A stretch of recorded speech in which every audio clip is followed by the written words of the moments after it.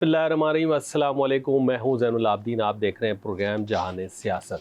आज के प्रोग्राम में सबसे पहले भारत की तरफ से जो एक दफ़ा फिर धमकी के बयान शुरू हुए हैं उस पर बात करेंगे, और फिर बात करेंगे हमास इसराइल के मुआहदा का जो पहला मरहला हो चुका है उसके क्या फ़वाइद होंगे, और फिर बात करेंगे अमेरिका पाकिस्तान के दरमियान जो ताल्लुकात में गर्मजोशी और फिर जो रूस के साथ ताल्लुकात बढ़ रहे उसका ख़ित्ते पे क्या असर पड़ेगा, इस पर बात करेंगे। और बांग्लादेश भी चीन से J-10C तैयारे लेगा, इसका भी जायज़ा लेंगे। और मॉस्को इजलास में अफ़गानिस्तान में गैर मुल्की फ़ौजी अड्डा किसी गैर मुल्क को फ़ौजी अड्डा देने की जो बात हुई उसको मुस्तरद किया गया। ऐसा क्यों हुआ, इस पर बात करेंगे। ये हैं हमारे आज के मौज़ूआत। मिर्ज़ा साहब अस्सलाम वालेकुम। वालेकुम सलाम। अस्सलाम वालेकुम नाज़रीन कराम। आज की जो मौज़ूआत हैं, दिन ब दिन जो सूरत हाल है पाकिस्तान की और इंडिया की बिगड़ती जा रही है, लेकिन बज़ाहिर तो ये लगता है कि जैसे हम जंग के दाने पे खड़े हैं। और बहुत से लोग मुबस्सिरीन ये भी दावा कर रहे हैं कि पाकिस्तान और इंडिया के दरमियान में माने किसी वक्त भी 14 तारीख से लेकर 18 तारीख तक किसी वक्त भी जंग शुरू हो सकती है। लेकिन हम समझते ये हैं कि इंडिया इस पोजीशन में नहीं है कि जंग शुरू करे। अगरचे वो ये तो ज़रूर है कि वो जो कुछ भी कर रहा है, जितनी उसकी पिटाई हुई है, इसके बाद में जितनी ये हम जानते हैं कि वो इस वक्त जो है जो ज़ख्मी सांप की तरह से तिलमिला रहा है और बल खा रहा है, और जो सूरत हाल है उससे वो अपने आवाम को मुतमईन नहीं कर पा रहा है। जो कि उसके पीछे जो अब मीडिया जो है, गोदी मीडिया के अलावा जो सोशल मीडिया है और जो कांग्रेस का मीडिया है, वो उनके पीछे लग गया है और वो ज़रा बातों को वो अब वो छाड़ रहे हैं। अब ये हालत ये हो गई है कि हुकूमत जो है जब नाकाम हो रही है तो वो उन्होंने अपने फ़ौजियों को आगे बढ़ाया है, जो कि बहुत अफसोस की बात है। और जो वहाँ के जो बड़े दानिश्वर हैं वो ये बात खुल के कह रहे हैं कि ये ज़ेब नहीं देता है कि हमारे जो फ़ौजी हैं, जो प्रोफेशनल फ़ौजी हैं, वो सियासत में आएँ और वो सियासत के आलाकार बने। क्योंकि वो चाहते ही हैं, मोदी साहब ये चाहते हैं कि बिहार का जो इलेक्शन हो रहा है नवंबर में, वो किसी न किसी तरह जीत लें, और उसके लिए उन्हें कोई ना कोई जो है कोई कामयाबी चाहिए, चाहे धोखे की कामयाबी हो, झूठी कामयाबी हो, फास्ट फ्लैग ऑपरेशन हो। और उसके बाद में अब अगर इंडिया का देखा जाए तो वो तो एक तरफ से ये कह रहे हैं कि पाकिस्तान दहशतगर्दी छोड़ दे, लेकिन ख़ुद जो है वो हमारे खैबर पख्तूनख्वा में और इसके अलावा जो बलूचिस्तान में दहशतगर्दी करा रहा है, उसके ऊपर हमारे लोग जो है तवज्जो नहीं दे रहे हैं। बल्कि ये बात कहनी चाहिए कि जो बात वो एक किस्म का ये जो तोड़ कर रहा है इस बात का कि हम जो यानी दहशतगर्दी का जो हमारे पर खिलाफ इल्ज़ाम लगा रहा है, वो एक किस्म का ये है कि जो मैं दहशतगर्दी कर रहा हूँ बलूचिस्तान में या खैबर पख्तूनख्वा में, उस पर कोई नज़र उठाए, उसको उंगली ना उठाए। लेकिन हम तो ये उसका नाम ही ख़वारिज हिंद कह दिया है, तो इस लिहाज से दहशतगर्दी तो वो करा रहा है। तो इसका देखना चाहिए कि हमारे जो फ़ौजी माहिरीन हैं और जो हमारे DG ISI हैं और जो हमारी ISI का अदारा है, वो ये बात ज़रूर देखे कि भाई ये जो कुछ भी कर रहे हैं वो इंडिया वाले करा रहे हैं, तो फिर इनको क्यों बख्शा जा रहा है कि वो इनको न किया जाए, या फिर आप इंतज़ार कर रहे हैं कि बिहार का इलेक्शन हो जाए और मोदी की शिकस्त हो जाए या मोदी की जीत हो जाए। आप मोदी को जीतने देना, मोदी का नुकसान हमें जीतने से हमें कोई नुकसान तो नहीं हो रहा, हमें तो फ़ायदा ही हो रहा। सारी दुनिया में जो उसकी रसवाई हुई है वो अगर वो मोदी अपनी हरकतें न करता बचकाना, ज़ाहिर है कि वो हर वक्त भी इस वक्त भी जो है वो हरकत ये कर रहा है जैसे कि उसने इलाके का चौधरी बन गया है, अमेरिका बन गया है, वो जो चाहे करे, या गज़ा हमें उसने गज़ा समझ लिया है और ख़ुद इसराइल बन गया है। तो जो अब ये कहता है कि साहब हमने जो है वो सिंदूर 1 में हमने पाकिस्तान के जो मिलिट्री जो इंस्टॉलेशन थी उस पर हमला करने से रोक दिया था। भाई कैसे रोक दिया था आपने? जो 8 तारीख को 9 तारीख को जो हमले किए हैं, जो हर जगह पर आपने हमारे जो डीप जो है आपने नूर ख्वाह बेस पर भी किए हैं, आपने यहाँ पर बुलारी में भी किए हैं, आपने हमारे जो है कैम्बलपुर जो हो गया, लाहौर पे भी तो किया था, लाहौर में भी कर रहे हैं, सरगोदा में भी किया है जी, सरगोदा, और मियाँ वाली में भी किया है जी। तो मियाँ वाली को जो पहले कैम्बलकुप कहते थे, अब मियाँ वाली कहते हैं।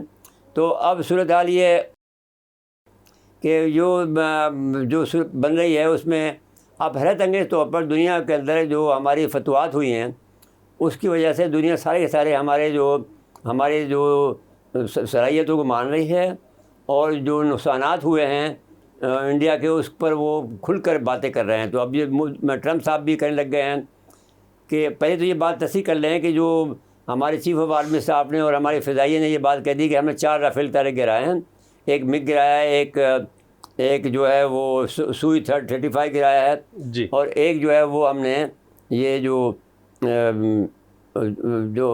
और फ्रांस का जो एक तैयारा है वो गिराया है जो 2000 कराता है कि वो हमने गिरा दिया है।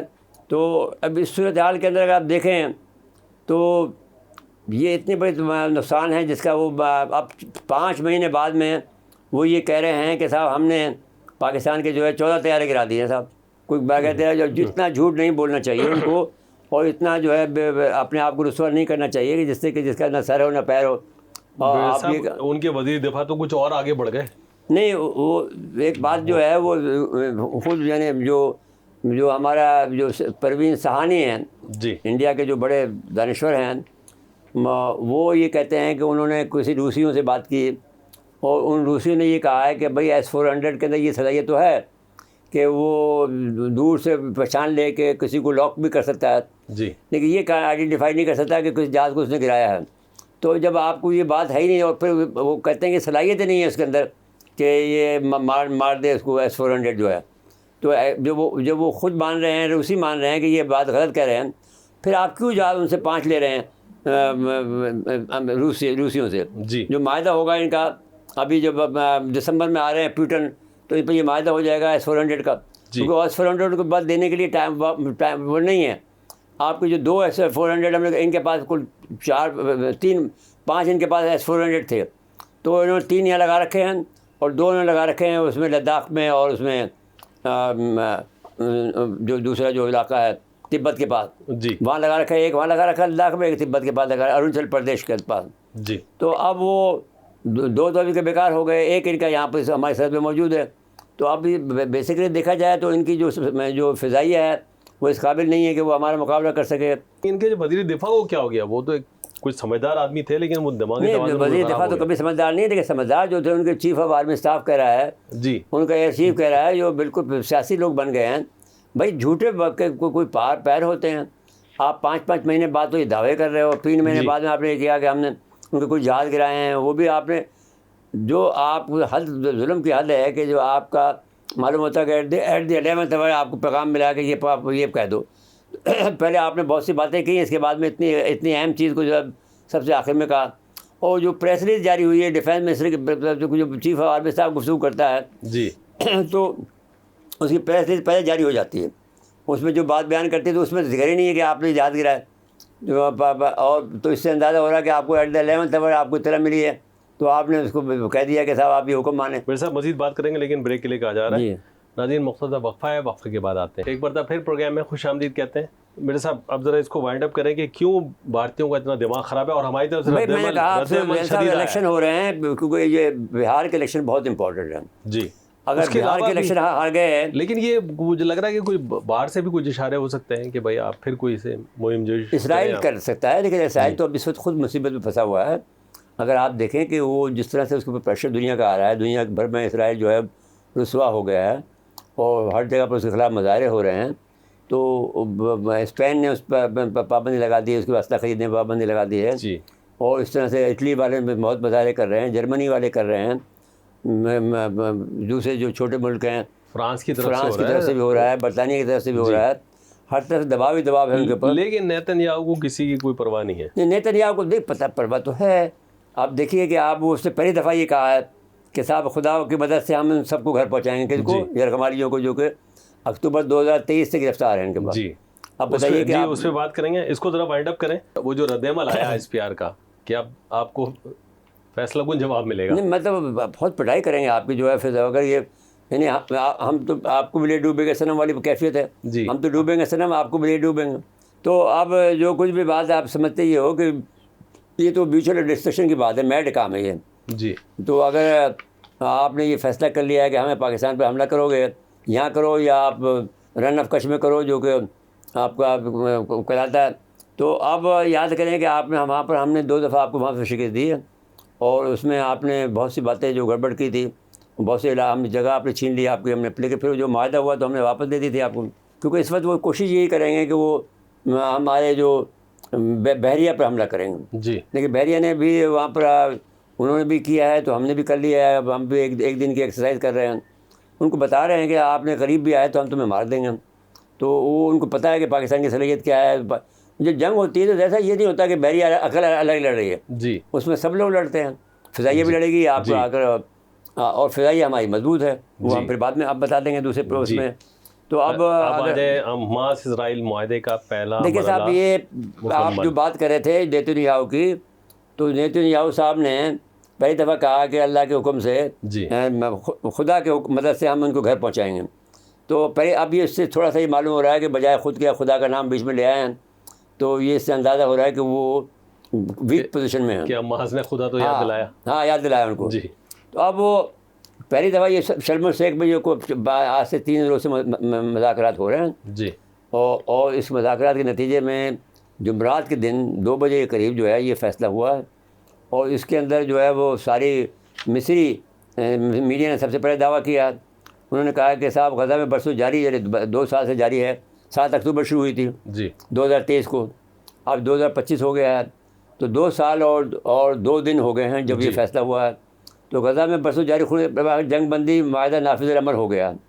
अच्छा, अमेरिका ने पहले कह दिया था कि हमने अमेरिका फ़ैसला हो गया, तो अब लेकिन बाकायदा जो डिटेल तय हुई है आपस में जी उसमें ये हुआ कि हमास राज़ी हुई है, हमास ने राज़ी हुआ है, और तो उसने जब किया है तो फिर हमें भी कोई एतराज़ नहीं है। इसमें अमेरिका के मंदूब थे स्टीव टिकॉफ और सदर ट्रंप के दामाद जेरी कुशन्स और हमास रहनुमा खलील अल-हैया ने शिरकत की। वो ये वही है जिनको पहले टारगेट किया गया था लेकिन बच गए थे। जी उन्होंने कहा कि ये अरबों मुस्लिम दुनिया, इसराइल पड़ोसी अक़वाम और अमेरिका के लिए अजीम दिन है। अमेरिकी सदर ने कतर, मिस्र, तुर्किया के साजिशों से ज़्यादा तशरीफ़ करते हुए कहा उन्हें तारीख़ी और गैर मामूली वाक़या रुनुमा किया है। साथ ही कहा कि अमन कायम करने वालों पर रहमत हो। डोनाल्ड ट्रंप का कहना है कि डील का मकसद ये है कि तमाम अखबार जल्द रहा कर दिए जाएंगे और इसराइल मजबूत, पायदार और लाजवाल अमन की तरफ पहले कदम के तौर पर अपने फ़ौज को मुत्तफ़क़ा लाइन पर निखला करेगा। कतर की वज़ारत ख़ारिजा तुमान ने तस्दीक की है कि पहले मरहले के तमाम नुकात तय कर लिए गए हैं और तवक्को की जानी चाहिए कि जंग रोकी जाएगी। अब मसला सबसे बड़ा ये है कि लाखों की तादाद में ट्रक खड़े हैं वहाँ पर जी, और वो इमदादी सामान जाने नहीं दे रहे हैं। सबसे ज़्यादा भूख है। तो अब ये भी हुआ है कि गज़ा में जब वो हुआ है तो वहाँ के जो लोगों ने भी जश्न मनाया है। जी गज़ा के लोगों ने, और जश्न वहाँ इसराइल में भी हो रहा है। इसराइल में भी हो रहा है कि उनके बाद भी आदमी छूट रहे हैं और वो इम्कान है कि वो इतवार या उससे वो हफ्ते को भी हो सकता है कि मैंने छूटना शुरू हो जाए। 20 ज़िल्दा या रकमानियों को 72 घंटे में राय मिल जाएगी। तो ये उनके लिए, और ये अब नेतन्याहू की मौत है एक किस्म को देखा जाए तो अब जो थके हुए बेचारे परेशान हैं वो एक दूसरे को मुबारकबाद दे रहे हैं। जी, तो अब एक अच्छी बात हो गई है कि डोनाल्ड ट्रंप जो है अब इस बात का ज़रूर हम कहते हैं कि हकदार हैं कि अगर वो उनको न भी मिले तो कम से कम उसको गौर करने में ज़रूर किया जाए कि उनको जो है वो जो नोबेल प्राइज़ जो है उसके लिए नामजद अगर किया है पाकिस्तान के chief of army field marshal साहब ने, लेकिन वो उनके क्राइटेरिया पे ज़रा नहीं उतरते वो ठीक है, वो न भी उतरे तो हमें इसमें कोई इतराज़ नहीं, लेकिन उसको कंसीडर तो करें ना उसको कैंडिडेट। अच्छा, ये जुज़वी इनखला जो है ना, ये ज़रा ख़तरनाक बात है इजरायली फौज का। बात ये नहीं है, बात ये है कि अगर पहला मरहला जो है वो उनकी सलामती है, जी, पहला मरहला उनकी इमदाद है और फिर सलामती है कि बमबारी ना हो, तो ये भी अगर हो जाए तो ये काफ़ी है, क्योंकि इसमें थोड़ा समझने का मौका मिल जाएगा उन्हें, और वो शिफ्ट भी करना हो तो शिफ्ट भी कर सकते हैं, बचाव का सामान करना हो बचाव भी कर सकते हैं। तो इन्होंने हमास ने भी अक्लमंदी का मुजाहरा किया है और ये करके उन्होंने कम से कम दानिशमंदी ज़रूर की और मिस्रियों ने भी बहुत अच्छा किरदार अदा किया शर्म शेख में जो है, क्योंकि वो करीब ही पड़ता है इनके इसराइलियों के। जी, शर्म शेख इसराइलियों के भी है, वहाँ पर इसराइल भी रहते हैं, मिस्री भी रहते हैं, ईसाई भी रहते हैं और एक आज़ाद इलाका है और बेहाई का भी अड्डा है। लेकिन बहरहाल जो भी आप कर लें, देखिए इनका दबाव जो है बहुत पेश है, ये भी यहूदी है और इसलिए बड़ा ज़ोर है ट्रंप के ऊपर। जी, लेकिन ट्रंप जो है बचा के काम कर रहा है, लेकिन बहरहाल कोशिश ज़रूर कर रहा है कि वो अमन ज़रूर कायम कर ले। तो बहरहाल उसने ये भी कहा कि ये मुस्लिम अमेरिका के लिए अजीम दिन है। समाजी रब्ते की वेबसाइट पर जो पुरअमन डील होने का ऐलान करते हुए तमाम फरीकों के लिए साथ मुनसफ़ा बर्ताव किया जाएगा। जी, अब मुनसफ़ाना तो आप नहीं करेंगे, लेकिन जो भी मुनसफ़ाना इस वक्त हारे हुए आदमी के साथ हो सकता है वो आप करेंगे। हमें मालूम है कि आप अभी भी ज़्यादती कर रहे हैं, लेकिन फिर भी हम इसको अप्रिशिएट करते हैं। अगर हमारे भाई हमास के लोग खुश हैं तो हम भी खुश हैं। फिर बात ये कि इसके बाद क्या होगा ये भी देखना होगा ना कि भाई अभी तो ये खुद कह रहे हैं ना कि ये इनिशियल माहदा है पहले मरहले का, अभी दूसरा मरहला शुरू होगा तो उसमें दूसरी बातें होंगी। इसमें एक फरीक हूसी भी है उन्होंने काफ़ी लड़ाई लड़ी है इनके लिए। नहीं, लड़ी तो है, रूसियों को तो इन्होंने मदद की है भाई। देखो ना, ईरान के साथ में भी ईरानियों को ये भी शिकायत थी कि भाई हमें आपने बताया नहीं 7 अक्टूबर वाला हाँ वाक़या। भी कार्रवाई करने वाले हैं। हाँ, अब मालूम नहीं क्या है, क्योंकि असल हाल तो हमें नहीं पता है, क्योंकि अगर हम ये इन्वेस्टिगेटिव रिपोर्टर होते तो हम ईरान जाते हैं और नहीं, वो वहाँ से लिंक लोग कर रहे थे मिलते। ना, नेतन्याहू लिंक कर रहे थे ईरानियों के साथ इसको, ऑपरेशन को, तो वो उन्होंने इसलिए अपने आप को अलग किया। नहीं, वो तो ठीक है, लेकिन बेचारे क्या करते हैं, वो तो खुद घिरे हुए हैं सारे ईरानी, क्या करते लेकिन हैं। मेरे साहब हूसियों का के लिए खतरनाक होगा वैसे। नहीं, कोई खतरा नहीं क्योंकि होगा। नेतन्याहू नहीं, कुछ नहीं होगा। हूसियों के पीछे नहीं पड़ेंगे। नहीं, कुछ नहीं होगा इंशाल्लाह। वो मुजाहिद लोग हैं, बड़े मुजाहिद लोग हैं। पक्के मुजाहिद हैं। हाँ, हाँ। वो कभी नहीं करेंगे। अच्छा जी, मिस्री नशरियाती इदारे अल-कायदा टीवी ने अपनी रिपोर्ट बताया कि माहदे के नफाज के बाद गजा में फायरबंदी और फौजी कार्रवाई का सिलसिला रुक गया है। जी, तो माशाल्लाह ये हम इसको अब ये- खुशामदीद कहते हैं। जी, अल्लाह करे ये रुका मिस्र रहे। की वज़ीर ख़ारजा ने इस पेशरत को अहम और नाजुक लम्हा करार देते हुए कहा, शर्म शेख में होने वाले मुज़ाकरात ने गजा जंग में एक फैसला कुन मोड़ फराहम किया है। जी, हम मुबारकबाद पेश करते हैं। मिस्री वज़ीर ख़ारजा बदर अब्दुल आती ने के बयान के बारे में बताया गया कि वो पेरिस में रवाना होंगे, जब वो गजा की सूरत होने वाले वज़ारती इजलास में शरीक होंगे, ताकि अमल को मज़ीद मुस्तहकम बनाया जा सके, मजबूत बनाया जा सके। जी। तो ये एक अच्छी सूरत हाल है। 20 बारी इतवार या पीर को रहा हो जाएंगे। अब ये जो इस यूरोप के जो मुल्क है ना, जो इनको असला देते हैं, सामान देते हैं, अगर जी। ये जैसे स्पेन वाली सिलसिला चल पड़ा तो नेतन्याहू के लिए दबाव आएगा एक। आ गया, दबाव आ गया भाई। जी। जो अवामी वहाँ पर प्रेशर आ रहा है यूरोप में, उसका दबाव तो उन्होंने बर्दाश्त किया। उन्हें ये नहीं करता, इसकी तो मौत है। अगर अमन हो गया तो वहाँ पर इसको कोई भी बर्दाश्त नहीं करेगा नेतन्याहू को। जी, जो तकलीफ उन्होंने उठाई है उनको यरगमालियों को रहा कराने में, 2 साल तक तो रहा नहीं करा सके। और इनको ये भी नहीं पता चल सका कि कहाँ पर है। अभी भी देखें क्या होता है, क्योंकि अभी उसने कोई हरकत की तो ये उनको आगे कर देंगे, 20 को मरवा देंगे, तो अब क्या होगा फिर। हाँ, लेकिन मेरे साथ बहरहाल हमास के लिए अब ज़्यादा इम्तिहान है। नहीं, मतलब है कि ठीक है, नहीं भाई, देखो बात ये जैन साहब, एक बात आपको माननी पड़ेगी कि आगे चलेंगे दम लेकर वाली कैफियत है। जी, अगर जिंदा ही नहीं रहेंगे तो फिर क्या फ़ायदा। हाँ ठीक, ये भी ठीक है। अब आप इस वक्त जो जिस अंदाज में भी हो जाए, आपको कर लेना चाहिए, दोबारा से मुनज़्ज़म करें अपने मुनज़्ज़म आप कर को। लें, फिर जो कुछ भी करना है कर लें, आपको कौन रोक सकता है। बात यह है कि जी, आपके जो हमारे कायद-ए-आज़म ने जो फरमाया कि इसराइल एक नाजायज़ रियासत है, हम तो उस पर यकीन रखते हैं। जी, लेकिन अगर हमासी जो मज़ामतकार लोग हैं, जो फ़लस्तीनी लोग हैं, और वो नहीं करेंगे तो हम क्या कर सकते हैं। तो उसमें हाँ ये ज़रूर हो सकता है कि भाई अगर देखा जाए तो सलाहुद्दीन अय्यूबी कौन सा था, वो भी इराक़ का रहने वाला था और कुर्द था। चले बस अल्लाह करे हाँ। कि बस ठीक रहे मामला। जी, और मैं फिर नहीं, हम मुझे- तो दुआ गो हैं। जी, हम हर तरह से उनके साथ हैं, जी, उनके मजलूम लोग हैं, इस दौर के बिल्कुल। सबसे मजलूम लोग हैं। बिल्कुल ऐसे और ही कम से कम हूसी तो ये है कि मुजाहिद लोग हैं, वो लड़ रहे हैं है। बेचारे, जी, और दूर भी हैं बहुत काफ़ी, लेकिन इसके बावजूद भी काफ़ी काम कर रहे हैं। जी, मेरे साहब ब्रेक के लिए कहा जा रहा है, ब्रेक के बाद आएंगे तो फिर अगले मौजू पे चलेंगे। चलें जी। नाज़रीन, मुक़्तदा वफ़ा है, वफ़ा के बाद एक बार फिर प्रोग्राम में खुशामदीद कहते हैं। मेरे साहब, अमेरिका पाकिस्तान के दरमियान बड़ी दोस्ती बहुत बढ़ रही है, ये बार बार मैं आपसे पूछता हूँ कि देखिए, इसमें बात ये कोई है ना कि कोई आप खतरा भी है। नहीं जैन साहब, एक बात याद, कोई ख़तरा नहीं करें आप। बाज़ औक़ात ये होता है कि कौमों की किस्मत जो है वो, देखिए ना, उनके इंटरेस्ट पाकिस्तान के बारे में बहुत ज़्यादा। पाकिस्तान के बारे में ये कहा जाता था कि भूखा नंगा है। इंडिया वाले तो हमारा बहुत मजाक उड़ाते हैं जी, कि हर जगह एरिट्रिया भी जाते हैं, वहाँ भी मई भी मांगने लग जाते हैं, वहाँ भी मांग के आते हैं, वहाँ भी ये कर रहे हैं फलां। भाई हमारे पास इतनी दौलत है कि आप उसका तस्वुर नहीं कर सकते हैं। अगर कोई आदमी ये कहे कि $60 ट्रिलियन का हमारे पास मादनियात हैं, तो फिर क्या बात कर सकते हैं।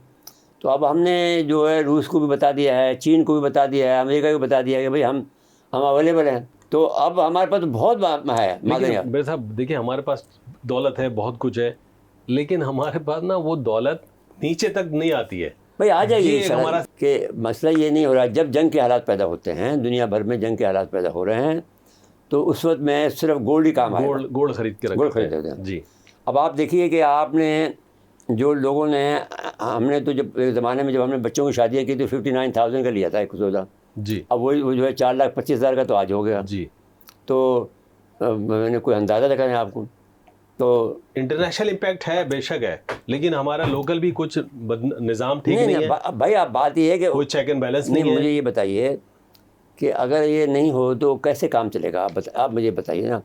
उनके पास कोई सरमायाकारी के लिए कोई चीज़ ही नहीं है पाकिस्तानियों के पास, तो गोल्ड खरीद के रख रहे हैं अपने पास। तो ये गलत है ना, ये नहीं। अमेरिका खरीद रहा है, चाइना खरीद रहा है, आप क्या बात कर रहे हो। ठीक है, लेकिन जो हमारे सरमायाकार ना, वो बिजनेस के बजाय इस पे आ गए, क्योंकि पता है प्रॉफिट है। भाई आप बस, ये बहस नहीं है, प्रॉफिट की बहस नहीं हो रही है। बहस ये हो रही है कि आपके यहाँ अमन अमान का फुकदान है, जी आपके यहाँ पर प्रॉपर्ली सिक्योरिटी दी जा रही है, आपके यहाँ पर जो है सारी जो जो सूरत हाल है उसमें करप्शन इतना ज़्यादा है, लोग क्या करें? तो जब इंटरनेशनल आप लोगों को दावा दे रहे हैं कि भाई आगे सरमायाकारी करें, तो आप ये बात ये तो बात देखिए, आप एक बात सुन लें, जी इंडिया में भी इंटरनेशनल कंपनियां बंद हो रही हैं, पाकिस्तान में भी बंद हो रही हैं, इसलिए कि सबको ये ख़तरा है कि यहाँ दोनों के दरमियान में जंग हो गई है।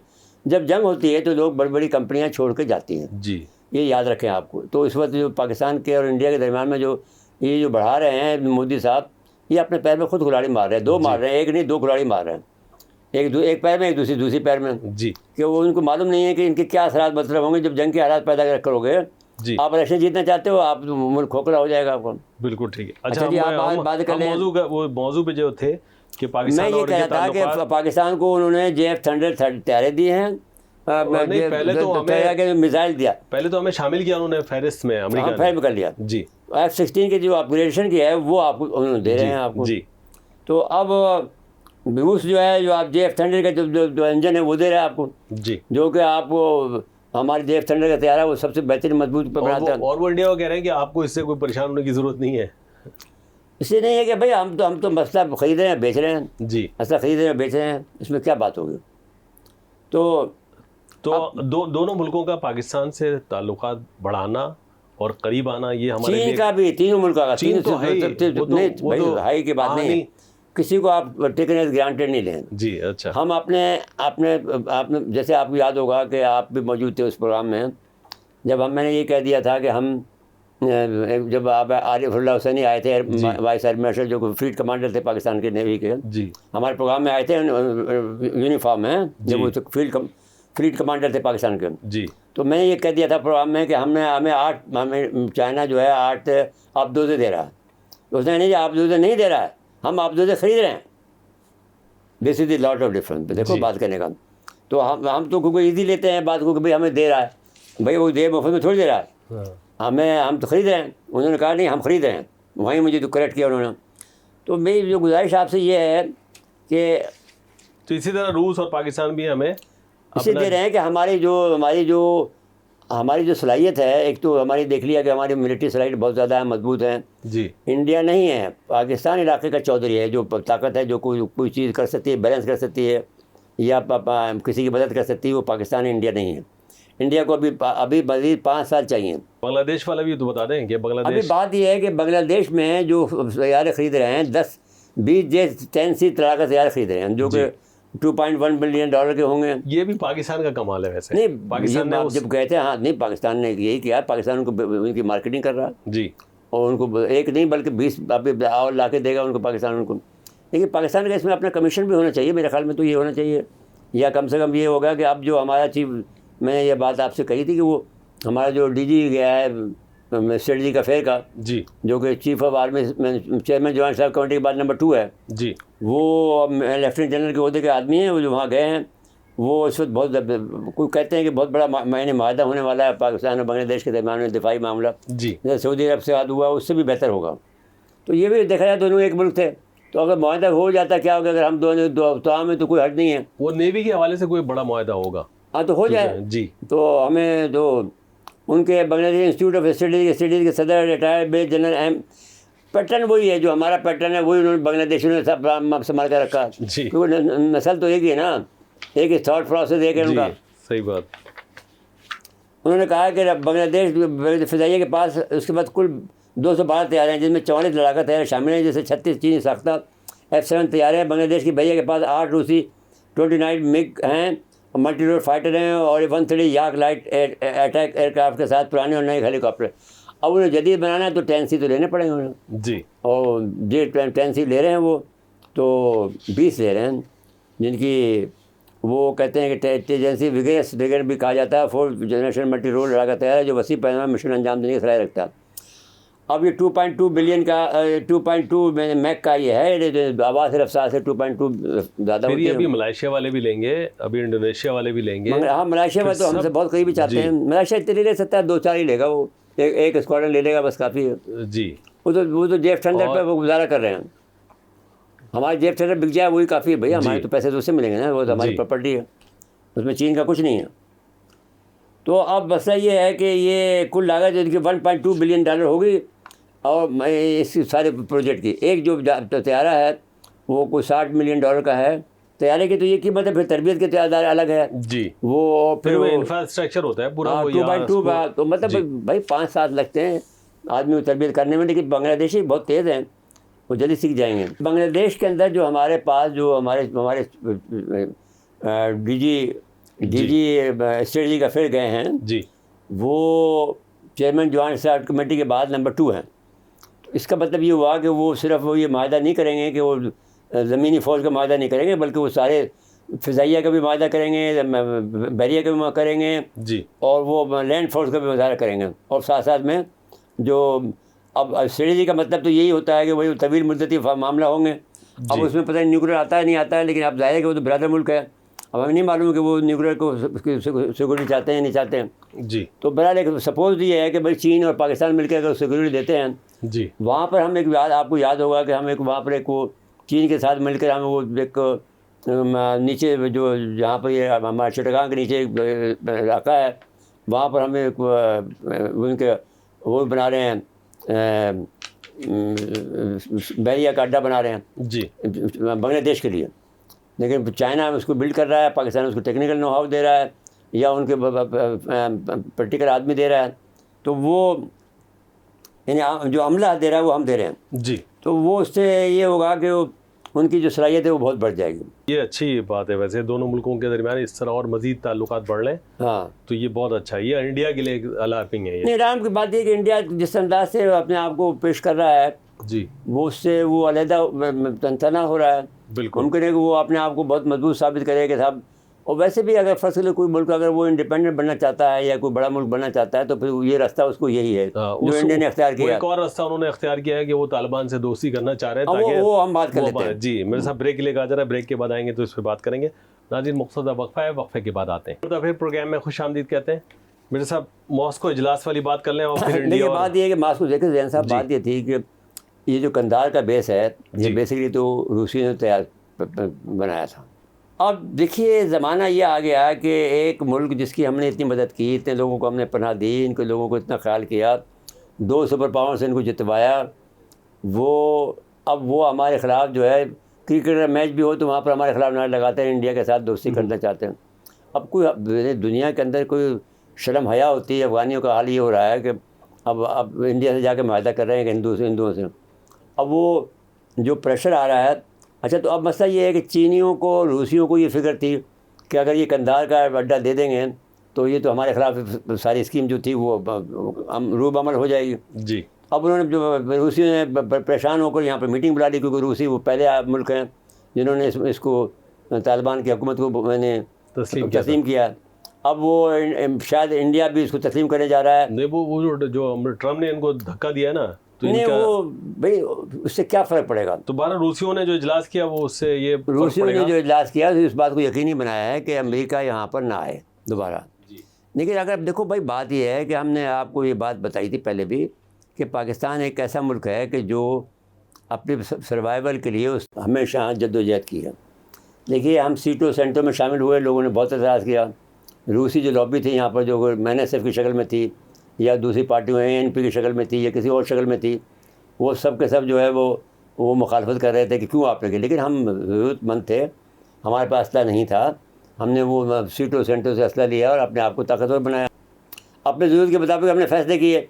तो अब भी अगर आपने कहा, अब भी हमने फ़ैसला अपने तौर पर किया ना, जब आपने सब ने हमें छोड़ दिया, सब ने हमें कहा कि सब जाओ आप आपको कोई ऐसे नहीं छोड़ भाई आप। तो अब देख रहे मई में हमने क्या किया आपके साथ जी। तो आपने अपने आप को मनवाया। तो अब बुनियादी जो बात है जैन साहब, वो बात यही है कि आप हम पर आपने यलगार कर रखी है। तो अब बहरहाल उनको ये वक्त तो गुजार दें बिहार वाला, फिर इसके बाद में इनका हिसाब किताब कर लेना चाहिए। बिहार में जो भी रिजल्ट आए, हमें तो ये कहते हैं अगर उनकी मदद करना चाहते हो, मोदी जीत जाए तो एक हमला कर दो, उनको ठगाने लगा दो तो मोदी जीत जाएगा कि भाई आप तो हमारी तो फ़ायदा है। मैंने मोदी जितना भी जीते हमारे फ़ायदा है, क्योंकि वो काम तो करता नहीं है, सिर्फ वो अपनी हरकतें करता है। फिर वो मुतासिब वाले जो उनके इक़दाम हैं, हाँ, वो खुद ही इंडिया का हशर नशर करेंगे, तो इसलिए उनका करना ज़रूरी है। हम बात ये कि बहुत से लोग ये बात नहीं मानते थे, लेकिन अब तो हम कहते हैं कि भाई ये सबसे बेहतर पॉलिसी यही है कि मोदी साहब आ जाएं तो हमारे लिए फ़ायदेमंद। वो बटके मारते हैं, जी। काम करते नहीं। कांग्रेस ही काम करते थे, उनको काम करना आता है, इनको काम करना नहीं आता।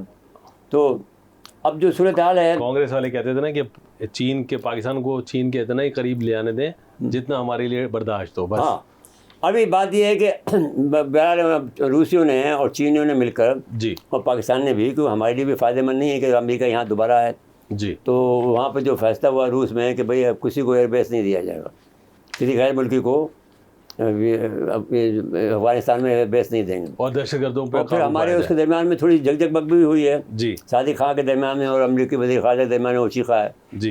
तो बहरहाल उनको बिट ऑफ माइंड तो हम दे रहे हैं, बार बार दे रहे हैं, लेकिन अब जो कुछ भी हो, क्योंकि आप तो खुल के हमारे खिलाफ आ गए रहते हैं। कितनी उनकी दमखम है जी। मैं जितनी पारसाई है, जो कुछ भी बड़ी बातें करते हैं इस्लाम की, जो उसकी कि साहब वो क्या का इस्लाम है। अगर इंडिया का साथ दे रहे हो तो सऊदी अरब हमारा साथ दे रहा है, अब सारे अरब हमारे साथ दे रहे हैं, हम हमास का साथ दे रहे हैं। अच्छा, आप इसराइल के खिलाफ बोल नहीं रहे हो, कमाल की बात है। हाँ। हद होगी तो आपकी, यानी इस तरह किस तरह के आप मुसलमान हो। जी मेरे साहब, वक्त ख़त्म हुआ प्रोग्राम का। नाज़रीन, आज के लिए इतना ही। आइंदा प्रोग्राम तक के लिए इजाज़त चाहते हैं। अल्लाह हाफ़िज़।